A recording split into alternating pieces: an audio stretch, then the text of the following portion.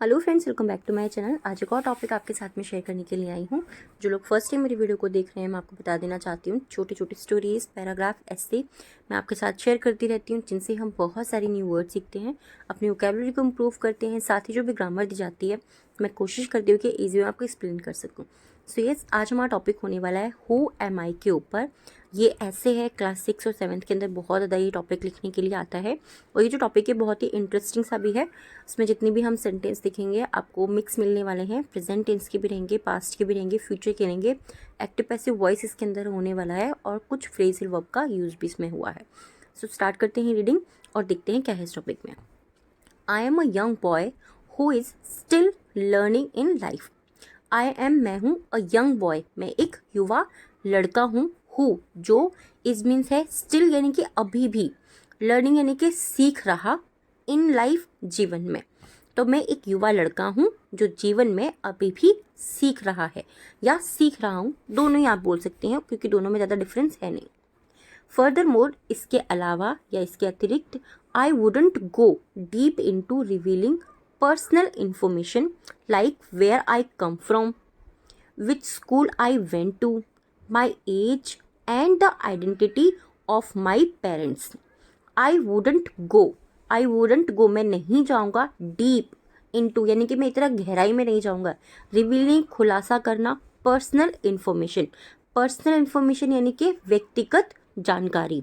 तो सिंपली इसमें आप कैसे बोल सकते हैं कि मैं अपनी जो व्यक्तिगत जानकारी है, जैसे कि मैं कहाँ पर रहता हूँ, वेयर आई कम फ्रॉम कि मैं कहाँ से आता हूँ, which school I went to मैं किस स्कूल में पढ़ा था या किस स्कूल से मैं आता हूँ, मेरी क्या उम्र है, और मेरी पर्सनल जो आइडेंटिटी है, जो मेरे माँ बाप की आइडेंटिटी ऑफ माय पेरेंट्स, मेरे माता पिता की जो पहचान है वो मैं नहीं बताना चाहता। तो पूरे सेंटेंस को हम कैसे रीड करेंगे कि इसके अलावा मैं अपनी व्यक्तिगत जानकारी, मेरी पर्सनल जो आइडेंटिटी है, व्यक्तिगत जानकारी, जैसे कि मैं कहाँ से आया हूँ, मैं किस स्कूल गया, मेरी उम्र क्या है और मेरे माता पिता की पहचान क्या है, इसके बारे में ज़्यादा खुलासा नहीं करूँगा। ठीक है। The reason for this is that, the reason जो कारण है, फॉर दिस इसके लिए जो कारण है, इज मीन्स है दैट की, that although these factors represent me, although हालांकि, दीज फैक्टर्स यानी कि ये जो कारक हैं, ये जो कारण है कि मैं किस स्कूल से आता हूँ, मेरे माता पिता कौन है, ये क्या कहते हैं, रिप्रेजेंट मी, ये मुझे रिप्रेजेंट करते हैं यानी कि मेरा प्रतिनिधित्व करते हैं, मेरे बारे में बताते हैं, रिप्रेजेंट करते हैं मुझे। They certainly do not define me, लेकिन दे यानी कि वे, सर्टेनली निश्चित रूप से, ये जो चीज़ें हैं कि मैं किस स्कूल से आता हूँ, मेरी उम्र क्या है, मेरे माता पिता कौन है, मैं कहाँ रहता हूँ, ये चीज़ें मेरे बारे में यानी कि मुझे बता सकती हैं, मेरा प्रतिनिधित्व कर सकती हैं।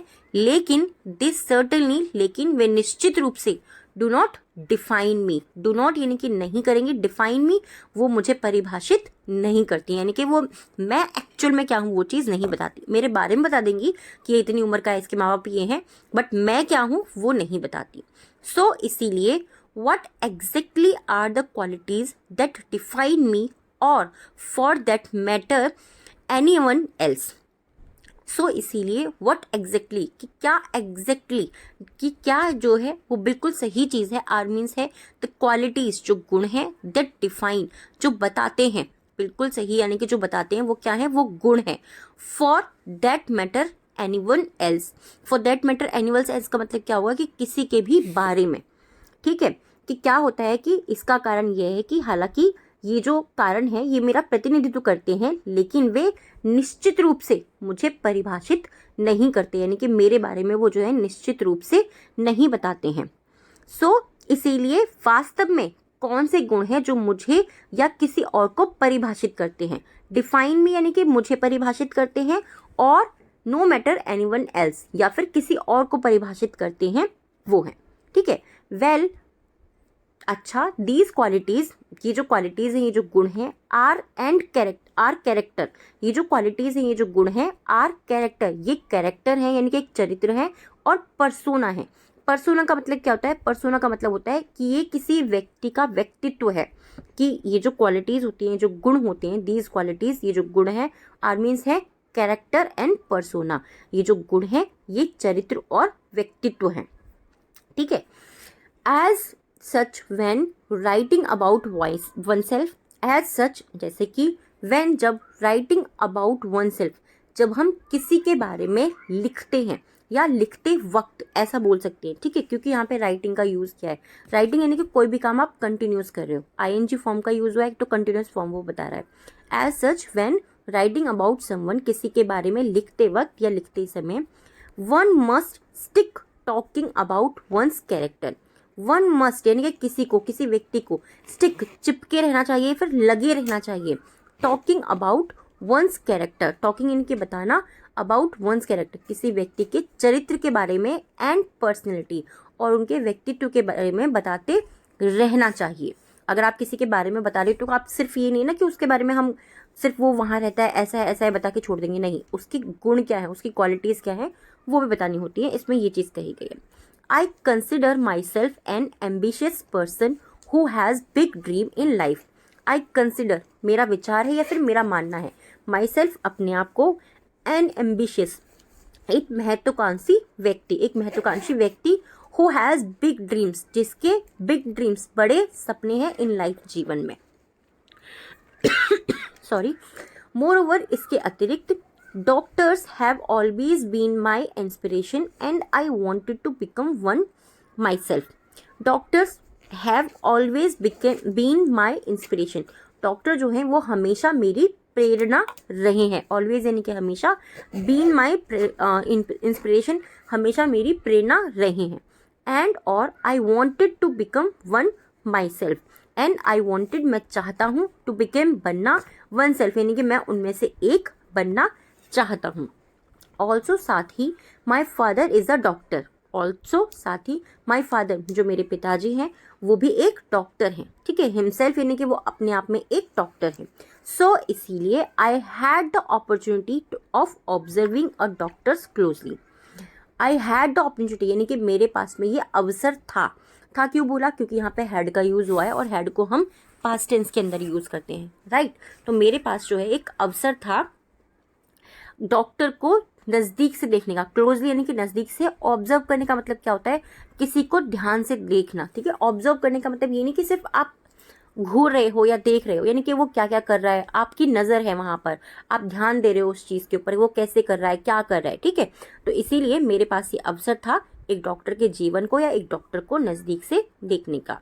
आई came to realize that doctor, I came मुझे आया, टू रियलाइज मुझे ये महसूस हुआ, ठीक है, आई केम टू रियलाइज मुझे ये महसूस हुआ, दैट कि डॉक्टर्स जो डॉक्टर्स हैं मुझे ये एहसास हुआ। देखिए यहाँ पे केम का मतलब आना हम यूज़ नहीं करेंगे, क्यों, क्योंकि कुछ ऐसे कंडीशनल सेंटेंसेस होते हैं जैसे कि मुझे एहसास हुआ, आई रियलाइज हम ये भी बोल सकते थे, but I came to realize इनकी मुझे ये चीज़ एहसास हुई थी, दैट कि doctors have a really busy life, की डॉक्टर की जो है वो वास्तव में एक बहुत व्यस्त जीवन है, डॉक्टर का जो है एक वास्तव में बहुत व्यस्त जीवन है।